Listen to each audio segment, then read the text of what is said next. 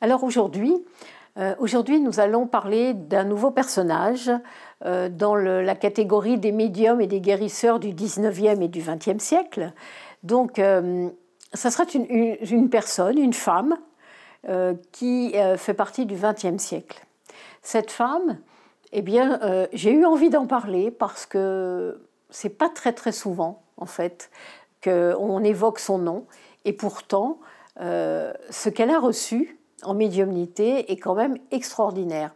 Alors, bien sûr, c'est différent des médiums dont on pourra parler et dont on a déjà parlé, c'est-à-dire qu'elle ne recevait pas pour aider une personne qui venait en face d'elle, pour avoir un contact avec son proche qui était passé de l'autre côté, ou avec un guide, mais elle a reçu de la musique. Cette femme, c'est Rosemary Brown. Et donc, oui, j'avais à cœur d'en parler parce que, en fait, autour de moi, quand j'évoque son nom, bien souvent on me dit « Ah, je ne connais pas »,« Ah non, je ne sais pas ». Et elle est contemporaine. Et donc, je trouve quand même que j'avais envie de lui rendre hommage et de parler de ce qu'elle a vécu durant sa vie. Alors, ça sera en deux parties. On va surtout aujourd'hui voir son enfance et son adolescence et une partie de sa vie d'adulte. Et puis, la prochaine fois, on verra vraiment comment elle a reçu les musiques. Alors, Rosemary, quand elle naît, elle s'appelle Dickinson. Donc, Rosemary Dickinson, elle naît en juillet 1916 à Londres. C'est une petite fille tout à fait normale, comme les autres petites filles. Enfin, tout à fait normale. Non, pas vraiment. Pas vraiment, puisque dès son plus jeune âge, elle voit et elle entend des personnes qui sont dans l'au-delà. Donc elle parle avec eux et ça ne lui fait pas peur. En fait, elle s'est familiarisée avec eux et ça ne lui pose aucun problème. Alors vous allez me dire, tous les enfants en bas âge entendent et voient les personnes décédées, certes.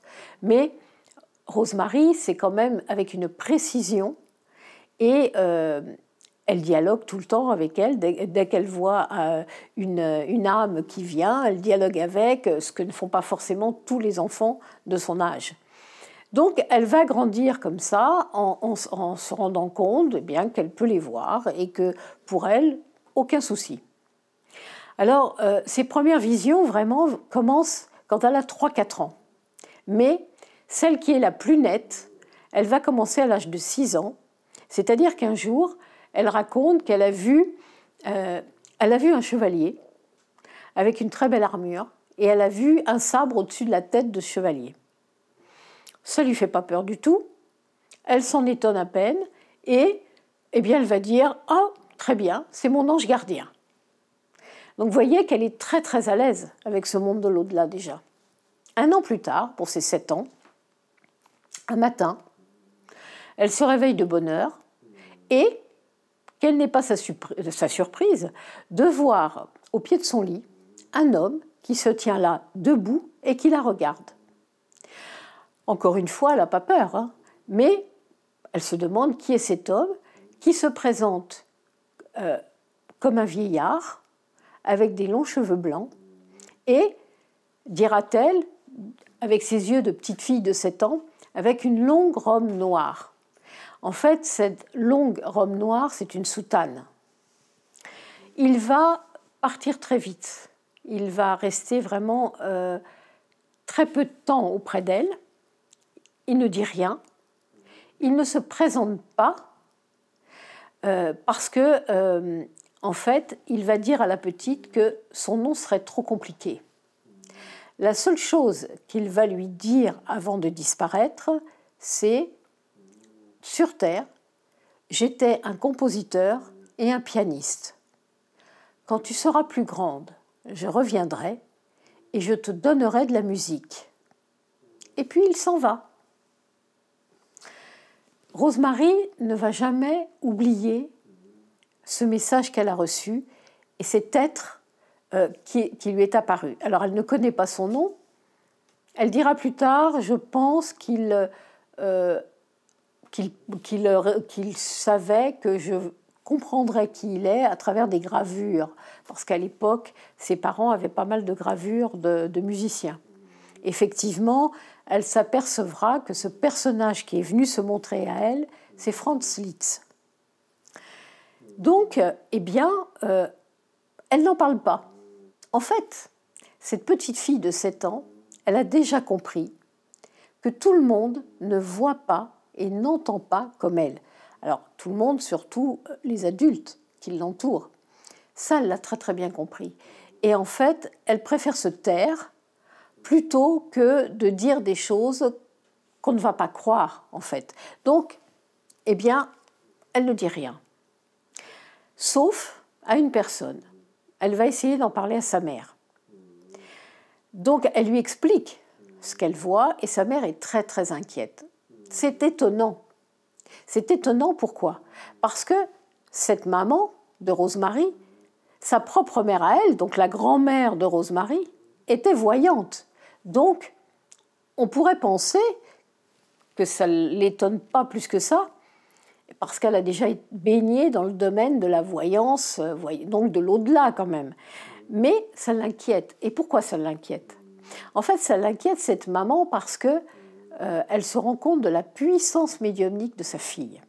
Parce que Rosemary, eh bien, est capable de lui décrire la maison dans laquelle ils vivent avec les objets qu'il y avait au moment où elle et son mari ont emménagé, alors que Rosemary n'était pas née.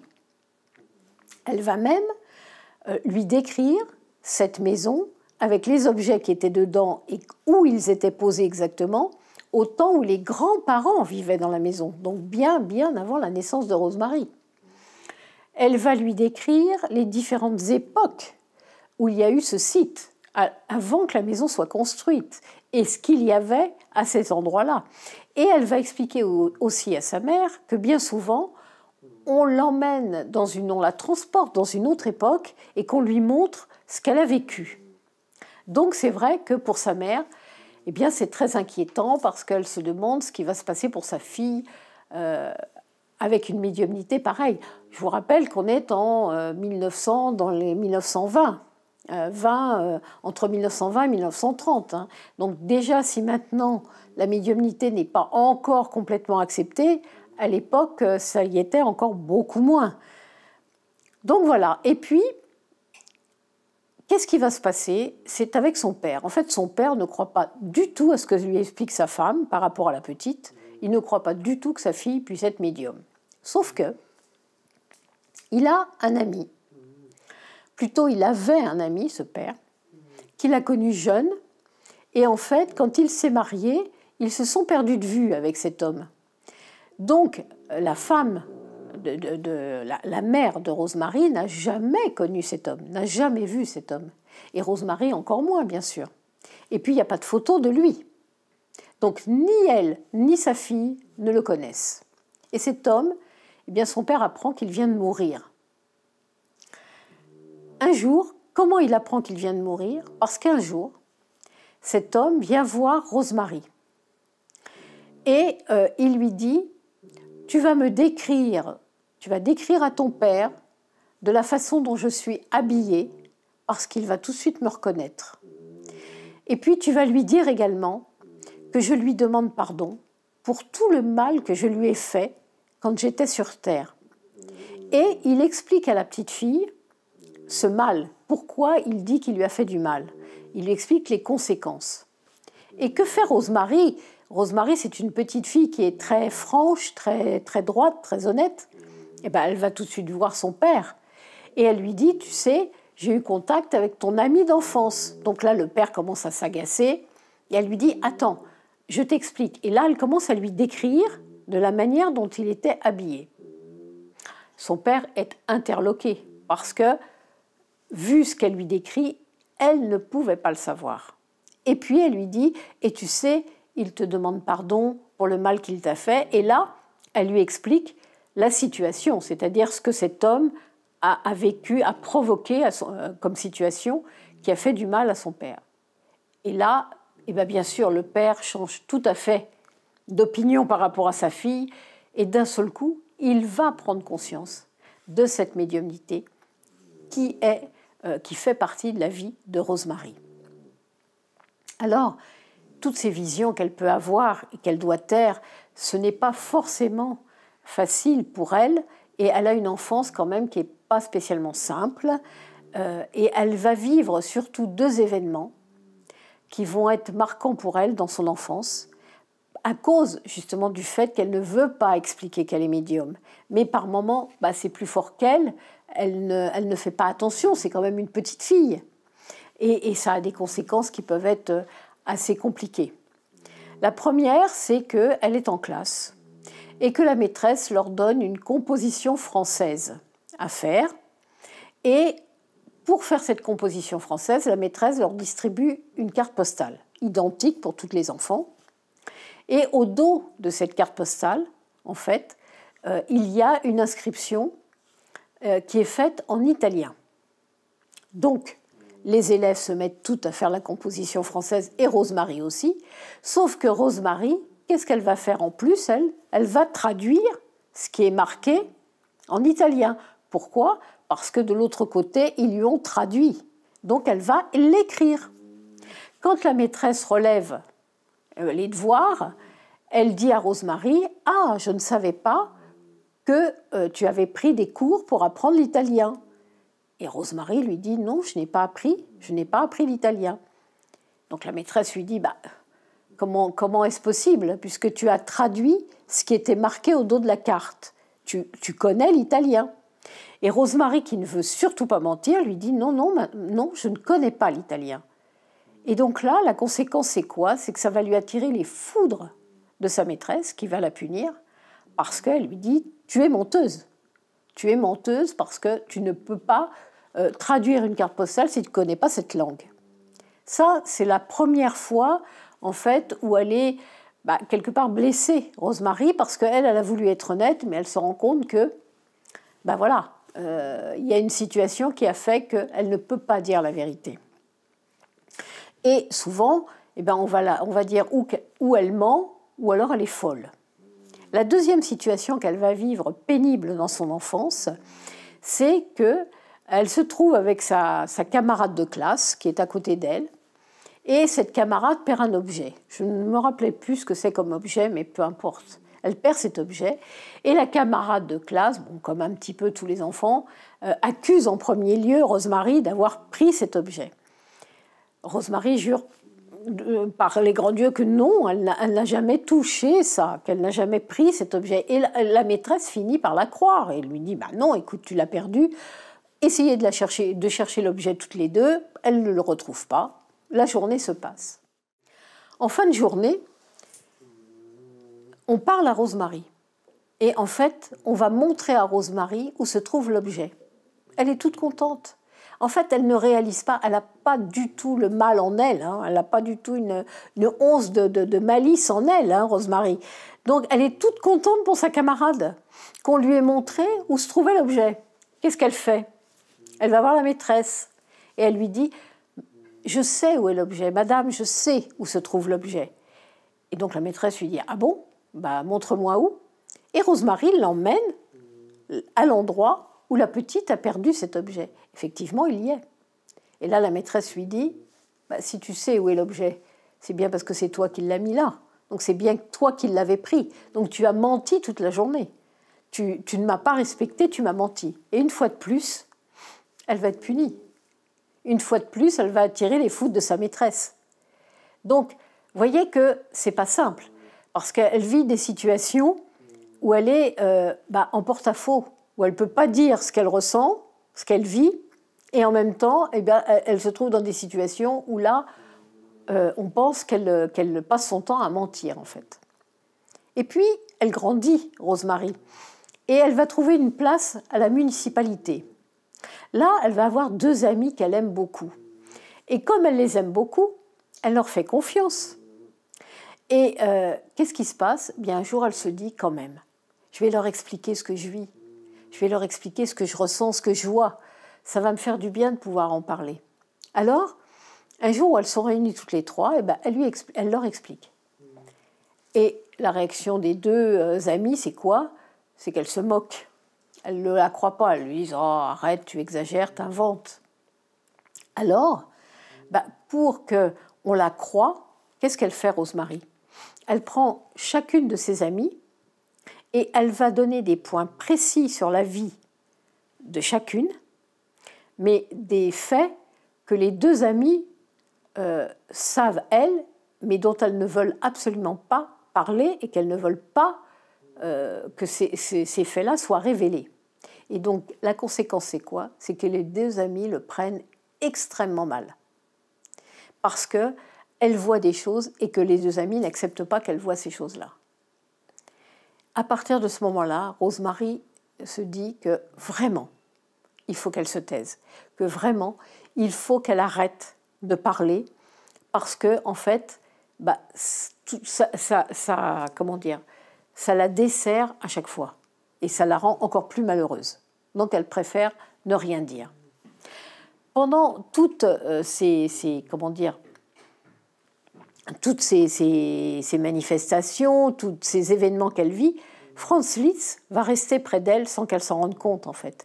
Ça va être un petit peu celui qui l'accompagne tout au long de son enfance et de son adolescence. Il faut dire que les parents de Rosemary n'ont pas d'argent. C'est une situation précaire. Donc, la formation musicale, parce que quand même, il faut qu'on en revienne à cette formation musicale par rapport à ce que va recevoir Rosemary Brown plus tard. Elle n'en a pas de formation musicale. Ils n'ont pas l'argent pour l'emmener à des concerts. Alors, sa mère, c'est vrai, elle aime le piano. Elle aime le chant et le piano. Mais sa mère, très vite, va subir de l'arthrite dans les doigts et ça va tellement la faire souffrir qu'en fait, elle va totalement abandonner le piano et ne plus jamais jouer. Donc, qu'est-ce qui se passe? C'est qu'à la maison, eh bien, il y a la radio. Alors, à l'époque, on n'appelait pas ça la radio, on appelait ça la TSF. Eh bien, la TSF ne diffuse que de la variété chez les Dickinson. C'est de la variété. Pas du tout de musique classique. Ça veut dire que Rosemary n'a aucune formation en musique classique. Elle ne connaît pas. Voilà. Donc, c'est limité, parce que ce sont des musiques de variété, donc elle va grandir dans cette musique. Et puis, ce qui se passe aussi, c'est que les parents louent derrière chez eux une salle pour qu'il y ait des ballets, vous savez, des danses, c'est-à-dire qu'il y ait des enfants qui apprennent la danse et qui fassent des ballets. Donc, Rosemary y est aussi, participe à ces ballets. Et là, eh bien, ça va lui permettre en même temps d'entendre de la musique de jazz, de voir toutes les danses modernes qu'il y a. Et elle assiste à toutes ces représentations, même si elle n'y participe pas toujours, parce que sa mère tient un stand pendant que les enfants, si vous voulez, répètent et tout ça. Eh bien, elle s'occupe des parents. Elle tient un stand pour les parents, pour que les parents viennent. Voilà. Donc, Rosemary est toujours présente là. Mais voilà, on parle toujours de jazz, de danse moderne, mais certainement pas de musique classique. Alors, qu'est-ce qui va se passer pour elle? C'est que son désir à Rosemary, parce qu'elle a compris en voyant des gravures que l'homme qu'elle avait vu petite, c'était Franz Liszt, et son désir, c'est d'apprendre le piano. Elle veut apprendre le piano pour faire plaisir à Liszt, en fait. Hein. Mais, encore une fois, elle va essayer de pouvoir apprendre le piano, mais ça coûte cher. Alors, ses parents lui disent, écoute, si tu arrives à avoir ton examen de danse par rapport au ballet, eh bien, tu pourras suivre des cours. Alors, inutile de vous dire qu'elle s'exerce beaucoup et que le monsieur qui est dans la salle et qui joue la musique de jazz, des danses modernes et tout ça, lui montre le piano, lui montre comment se servir d'un piano. Et donc, elle passe sans problème ses examens, sauf que elle se dit, maintenant, puisque j'ai eu mon examen, je vais pouvoir apprendre le piano. Mais le piano des parents n'est pas du tout accordé, est trop vieux, mais elle n'a pas les moyens d'en payer un. Et elle n'a pas non plus les moyens d'aller prendre des cours Alors elle se dit, il faut absolument que je trouve une solution parce que je veux trouver un professeur avec un bon piano pour apprendre. Et qu'est-ce qu'elle fait? Eh bien, elle va faire des courses à droite, à gauche, pour les uns, pour les autres, et elle se fait payer pour les courses qu'elle fait. Et effectivement, comme ça, elle peut arriver pendant 1 an à suivre des cours de piano. Mais ce professeur, qui est valable, hein, mais va lui apprendre que vraiment le b.a.-ba du piano, va lui apprendre un petit peu le solfège, va lui apprendre les éléments du solfège, les clés, les différentes tonalités, mais sans approfondir. Donc elle n'aura toujours pas de formation musicale comme il faudrait, en fait. Son premier rapport avec la musique classique, elle va l'avoir grâce à une collègue. En fait, cette collègue, elle est passionnée d'opéra. Et un jour, elle lui dit « Mais pourquoi tu ne viendrais pas avec moi puisque je vais écouter un opéra de Mozart ?» Et Rosemary se dit « Bah oui, c'est vrai, pourquoi je n'irai pas ?» Donc, eh bien, elle l'accompagne. Sans grand enthousiasme, elle s'ennuie. Et elle ne voit pas un grand intérêt dans cette musique classique, en fait. Donc, vous voyez qu'elle n'a aucune disposition au départ pour que vraiment ça devienne ce qu'elle a été après, tout ce qu'elle a reçu après comme musique. Alors, durant son adolescence, elle va recevoir beaucoup de visites d'êtres qui sont de l'autre côté, et notamment 2 fois de suite la visite de Beethoven et la visite de Schubert. Alors eux, c'est pareil, hein. Ils ne vont pas se présenter à elle, parce que comme il y a des gravures d'eux dans la classe de Rosemary, dans son adolescence, hein, ils se disent que de toute façon, elle va bien les reconnaître. Et Rosemary, en fait, comme c'est une jeune fille qui est toute simple, elle se dit « Pourquoi j'ai vu Beethoven et pourquoi j'ai vu Schubert ? Parce que j'aime la musique et puis qu'ils me trouvent sympathique. » Elle ne va pas chercher plus loin. Mais pendant toute cette adolescence, Franz Liszt va être à côté d'elle. Et quelque part, il va lui faire une éducation spirituelle sans qu'elle sache d'où ça vient, en fait. Parce qu'elle reçoit les choses, mais il ne s'est pas remontré à elle. Donc, il va rester à ses côtés pendant toute son adolescence, même une bonne partie de sa vie d'adulte, mais elle ne saura pas d'où ça vient, mais elle recevra cette éducation spirituelle. Alors, en 1952, Rosemary va se marier. Elle va se marier avec Charles Braun. Et en fait, ils vont avoir 2 enfants. Charles est d'une constitution assez fragile et très vite, il va être malade. Donc, ils vont vivre dans la pauvreté avec son mari parce que, justement, il a ses problèmes de santé. Et en 1961, eh bien, il va mourir. La situation de Rosemary Braun devient très préoccupante puisqu'elle se retrouve seule avec 2 enfants, un de 4 ans, un de 8 ans, sans travail. Et puis, eh bien, ils avaient mis des économies de côté, ils avaient fait des économies, sauf que, comme Charles a été malade pendant 18 mois avant de décéder, toutes les économies ont fondu. Donc, il n'y a plus rien. Alors, elle se dit, là, il y a une urgence à trouver du travail. Il faut absolument que je trouve un travail. Elle va le trouver dans l'école où sont ses enfants. Et en fait, elle va aider à la cuisine.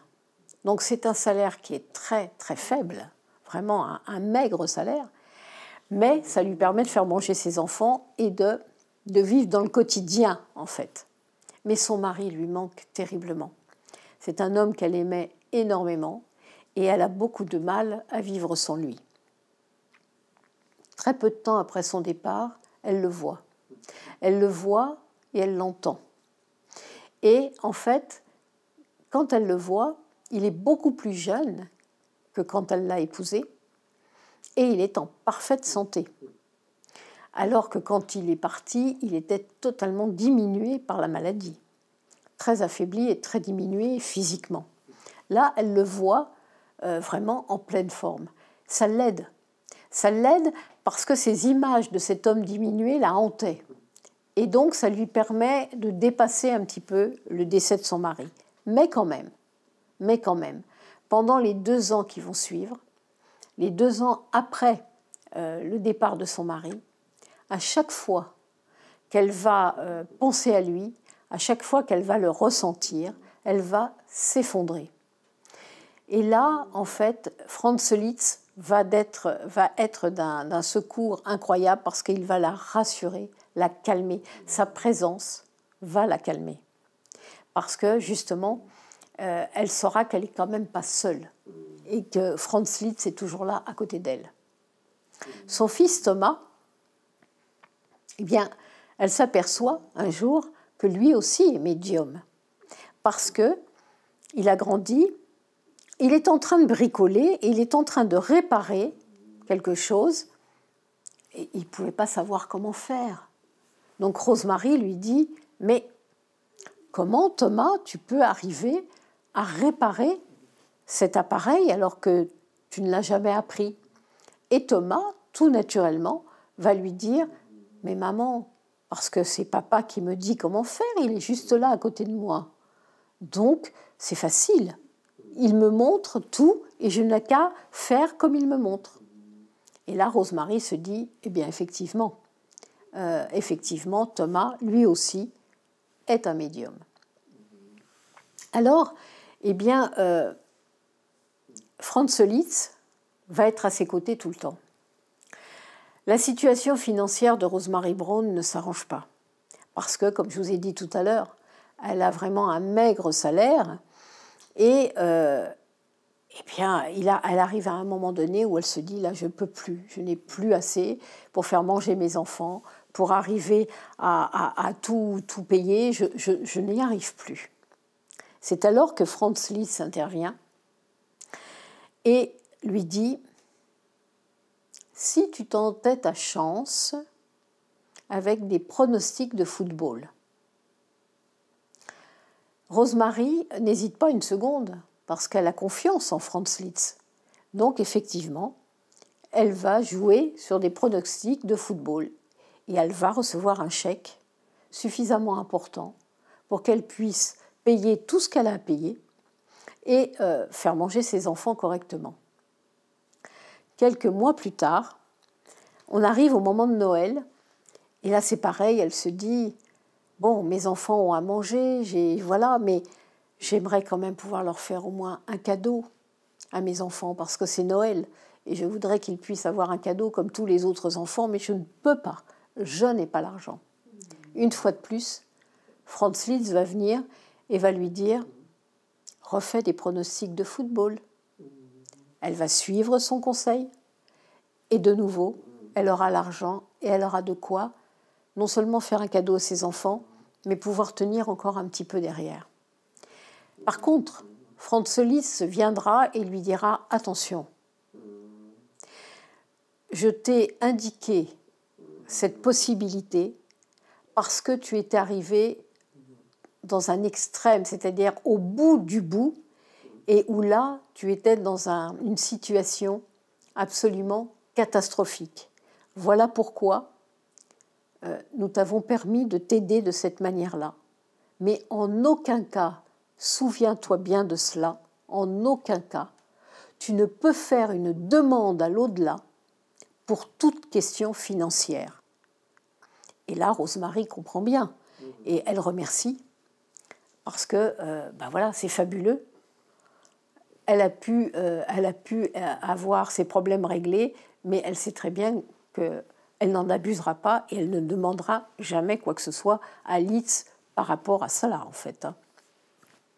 Alors, eh bien, les années passent et d'un seul coup, sa vie va totalement basculer. Et pourquoi sa vie va basculer? Elle travaille donc toujours à l'école. Elle travaille à l'école et là, ce jour-là, elle doit nettoyer après la cantine. Et elle va glisser sur le parquet. Elle va glisser sur le parquet et en glissant, elle tombe et elle heurte la table. Le choc est tellement violent qu'elle perd connaissance. Elle perd connaissance et quand elle se réveille, elle a le thorax complètement plâtré et elle doit être immobilisée durant plusieurs semaines. Alors, comme elle est chez elle et qu'elle ne peut rien faire, pour ne pas s'ennuyer de trop, elle va se mettre au piano. Elle va jouer comme ça, juste pour passer le temps, en fait. C'est ça, elle veut passer le temps. Mais très vite, elle va se rendre compte que Franz Liszt est là et qu'il guide ses mains vers le piano. Parce que ça fait des années et des années qu'elle n'a pas joué. Donc, n'ayant pas en plus une formation musicale, elle n'a plus du tout le doigté pour jouer. Et là, elle se rend compte qu'en fait, ce n'est pas elle qui joue vraiment. Et elle dira d'ailleurs, parce qu'elle va jouer une mélodie qui est complètement inconnue d'elle, mais Liszt ne lui dit pas un mot, il lui envoie juste la musique. Et elle dira à ce propos, eh bien, que quand il lui envoie les partitions et qu'elle se met à jouer, elle dira qu'il se servait de ses mains comme une paire de gants. C'est-à-dire qu'elle prend conscience que là, ce n'est plus elle. Et qu'elle joue un air qu'elle ne connaît pas, une mélodie qu'elle ne connaît pas, qu'elle ne peut retrouver nulle part, mais que Liszt lui envoie. Donc, elle ne note, rendez-vous compte qu'elle ne note même pas la musique qui est transmise par Liszt. Elle ne la note pas. Et Liszt ne lui dit toujours rien. Un jour, cependant, il vient et lui dit « Maintenant, je vais tenir la promesse que je t'ai faite quand tu étais petite. Je vais maintenant t'envoyer la musique. » Alors, quand elle voit Franz Liszt, elle se rend compte qu'en fait, elle le voit beaucoup plus jeune que ce qu'elle l'avait vu quand il était venu la première fois, vous savez, quand il était venu se présenter sous les traits d'un vieillard avec les cheveux blancs et en soutane, puisqu'en fait, il a pris les ordres, Franz Liszt, à la fin de sa vie. Et donc, eh bien, voilà, elle le voit beaucoup plus jeune, mais en même temps, elle sait que c'est lui. Elle ne se trompe pas, elle sait que c'est lui. Et surtout, elle comprend que sa vie ne va plus jamais être pareille. On va arrêter là pour aujourd'hui. Et la prochaine fois, on rentrera dans le vif du sujet avec toutes les mélodies et tous les musiciens qui sont venus passer à travers Rosemary Brown. Merci et à très vite.